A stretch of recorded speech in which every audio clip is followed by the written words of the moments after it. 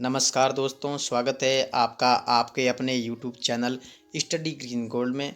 आज का हमारा टॉपिक है बीकानेर का इतिहास। दोस्तों वीडियो एंड तक वॉच कीजिएगा। बीकानेर का इतिहास। संस्थापक राव बीका 1665 ईस्वी में राठौड़ वंश की जांगल प्रदेश में करणी माता के आशीर्वाद से इन्होंने स्थापना की, जो राजस्थान की दूसरी राठौड़ रियासत थी।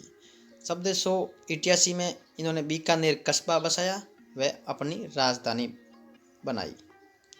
लूणकरण झील का निर्माण करवाया और बीटू सूजा ने अपने ग्रंथ राव जेत सिरो छंद में इसे कलयुग का करण कहा। दानशीलता के कारण राव जेत सिंह खानवा युद्ध में सहयोग, अपने पुत्र कल्याणमल को सेना देकर खानवा युद्ध में राणा सांगा की सहायता हेतु भेजा। 1541 में पाहेबा के युद्ध में ये वीर गति को प्राप्त हुए। पाहेबा युद्ध 1541 में बीकानेर रियासत व मारवाड़ रियासत के मध्य हुआ, जिसमें मारवाड़ की विजय हुई और उस समय मारवाड़ के शासक थे राव मालदेव, जिन्हें 52 युद्धों का विजेता व हंसमत वाला शासक भी कहा जाता है। कल्याणमल शेरशाह सूरी की अधीनता स्वीकार करने वाले बीकानेर रियासत के पहले शासक, अकबर की अधीनता स्वीकार करने वाले यानी मुगलों की अधीनता स्वीकार करने वाले बीकानेर के पहले शासक। 1570 ईस्वी में नागौर दरबार में अधीनता स्वीकार की। नागौर दरबार बारमल की सहायता से लगाया गया था, जहां अकबर ने शुक्र तालाब की स्थापना की। कल्याणमल ने अपने दो पुत्र राय सिंह व पृथ्वीराज को मुगल दरबार में भेज दिया, जहां राय सिंह को अकबर ने राय की उपाधि दी। अगले शासक है हमारे राय सिंह। राय सिंह शासक बनते ही महाराजा व महाराजा धीराज की उपाधि धारण करते हैं और जूनागढ़ दुर्ग का निर्माण करवाते हैं। राय सिंह महोत्सव नामक एक ग्रंथ भी लिखा राय सिंह ने, और श्रीपति की जो ज्योतिष पर एक रत्नमाला है, जिस पर इन्होंने बाल बोधिनी नामक टीका भी लिखा। जय सोम क्रम चंद्र वंशोत्कृत काव्य में इन्हें राजेंद्र की उपाधि भी दी गई है। और मुंशी देवी प्रसाद जी ने इन्हें राजपुताने का करण भी कहा है। पृथ्वीराज राठौड़, जिन्हें अकबर ने गागरोन दुर्ग दिया, जो झालावाड़ जिले में स्थित है, आऊ व काली सिंध नदी के संगम पर। वेली किशन रुक्मणी, जिसे 5वां वेद और 19वां पुराण कहा जाता है, और 5वां वेद व 19वां पुराण दुर्सा आडा ने कहा है। इनकी अन्य रचना है गंगा लहरी, दसम भागवत रादुआ, कल्ला रायम तोलरी कुंडलिया। अगले शासक हमारे हैं दलपत सिंह, जिन्हें जहांगीर ने मृत्युदंड दे दिया और इनके छोटे भाई सूर सिंह को शासक बना दिया। और उसी सूर सिंह के पुत्र करण सिंह, जिन्हें जांगलधर का बादशाह कहा जाता है, तो करण सिंह शासक बनते हैं। सिंध अटक अभियान के योगदान से प्रभावित होकर राजपूत शासकों ने इन्हें जांगलधर का बादशाह कहा।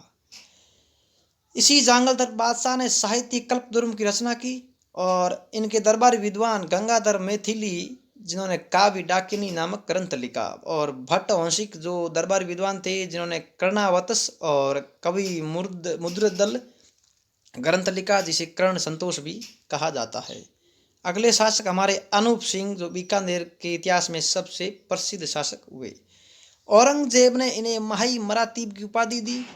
चित्रकला का स्वर्णकाल बीकानेर रियासत का अनूप सिंह का काल ही माना जाता है। इन्होंने अनूप पुस्तकालय की स्थापना की, जहां प्राचीन ग्रंथों को संग्रहित किया गया। इन्हीं के समय आनंद राम ने राजस्थानी भाषा में गीता का अनुवाद किया। इनकी खुद की रचनाएं हैं अनूप विवेक, काम प्रबोध, श्राद्ध प्रयोग चिंतामणि, गीत गोविंद पर अनुपोदय टीका भी इन्होंने लिखा। इनके दरबारी विद्वान भाव भट्ट, जिन्होंने रचनाएं की संगीत अनुपाकुश, अनूप संगीत विलास, अनूप संगीत रत्नाकर। अगले शासक हमारे गज सिंह, जिसको बहुत बड़ी उपाधि दी थी अहमद शाह ने। बादशाह अहमद शाह ने श्री राज राजेश्वर महाराजा धीराज महाराजा शिरोमणि श्री गज सिंह की उपाधि दी थी। गज सिंह को बहुत बड़ी उपाधि दे दी इनको। सूरत सिंह 1805 में भाटियों से भटनेर दुर्ग जीता, और मंगलवार को जीता, इसीलिए इस दुर्ग का नाम भी हनुमानगढ़ रख दिया। और ये सूरत सिंह ऐसे बीकानेर के पहले शासक है जिन्होंने 1818 ईस्वी में ईस्ट इंडिया कंपनी से संधि कर ली। आगे हमारे शासक है सरदार सिंह। सरदार सिंह वाकई में सरदार थे, जो राजस्थान के बाकी अन्य रियासतों के शासक नहीं कर पाए, वो कारनामा सरदार सिंह ने कर दिखाया। इन्होंने 1857 की क्रांति के समय राजस्थान से भी बाहर चले गए, ये पंजाब तक चले गए थे अंग्रेजों की सहायता के लिए, समाधि प्रथा व सती प्रथा पर रोक लगाई, इसीलिए इन्हें समाज सुधारक शासक भी कहा जाता है। डूंगर सिंह सरदार सिंह से भी आगे निकल गए। अफगान युद्ध 1878 ईस्वी में हुआ। इन्होंने अंग्रेजों की सहायता के लिए अफगान युद्ध में काबुल में 800 ऊंट भेजे। गजब के डूंगर सिंह जी थे। गंगा सिंह, गंगा रिसाला एक उच्च स्तरीय प्रशिक्षण सैनिक टुकड़ी थी जो गंगा सिंह ने बनाई थी। बक्सर विद्रोह को दबाने के लिए चीन गए थे अंग्रेजों की सहायता के लिए। इस काम को देखते हुए अंग्रेज बहुत खुश हुए और गंगा सिंह को सितार ए हिंद की उपाधि प्रदान की गई। प्रथम विश्व युद्ध और द्वितीय विश्व युद्ध में भी अंग्रेजों का साथ तन मन धन से गंगा सिंह जी ने दिया। वर्साय की संधि, प्रथम विश्व युद्ध समाप्त होने के बाद पेरिस में 1919 में वर्साय की संधि हुई, जिस पर देशी राजाओं के प्रतिनिधि के रूप में गंगा सिंह जी ने हस्ताक्षर किए। नरेंद्र मंडल, जिसकी स्थापना 1921 में गंगा सिंह जी के प्रयासों से ही हुई और प्रथम अध्यक्ष गंगा सिंह जी ही बने, जिसे चैम्बर ऑफ प्रिंसेस भी कहा जाता है। गोलमेज सम्मेलन, तीनों गोलमेज सम्मेलन में भाग लेने वाले शासक भारतीय देशी रियासतों के प्रतिनिधि के रूप में तीनों गोलमेज सम्मेलन इन्होंने भाग लिया, 1930, 1931 व 1932।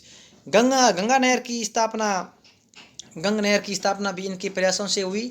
1925 में शिलान्यास किया गया और 1927 में लॉर्ड इरविन के हाथों उद्घाटन करवाया गया। तो दोस्तों, वीडियो अगर अच्छा लगा तो अपने दोस्तों के साथ शेयर करें, वीडियो लाइक करें और चैनल को सब्सक्राइब करें, जिससे आपको कम समय में ज़्यादा स्टडी मटेरियल हमेशा मिलता रहे। बहुत बहुत धन्यवाद।